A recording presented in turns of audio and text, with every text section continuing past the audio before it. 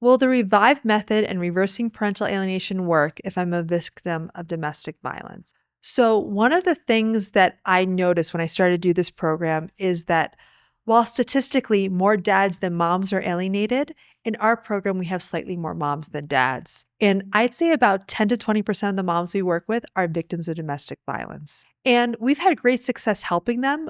But what we found is that if you're a victim of domestic violence, your safety is the most important. We cannot compromise on that.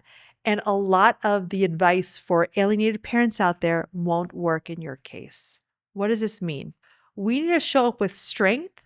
We can't fall back into the traps of the alienator who might use the kids because he wants you back in his life and under his control.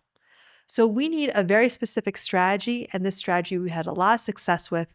You're still following the steps, but we're focusing so much on getting your strength, your courage back, that you're the type of woman that no one will mess with and your kids will be attracted to. Because we have found that kids will not reunite with a weak parent.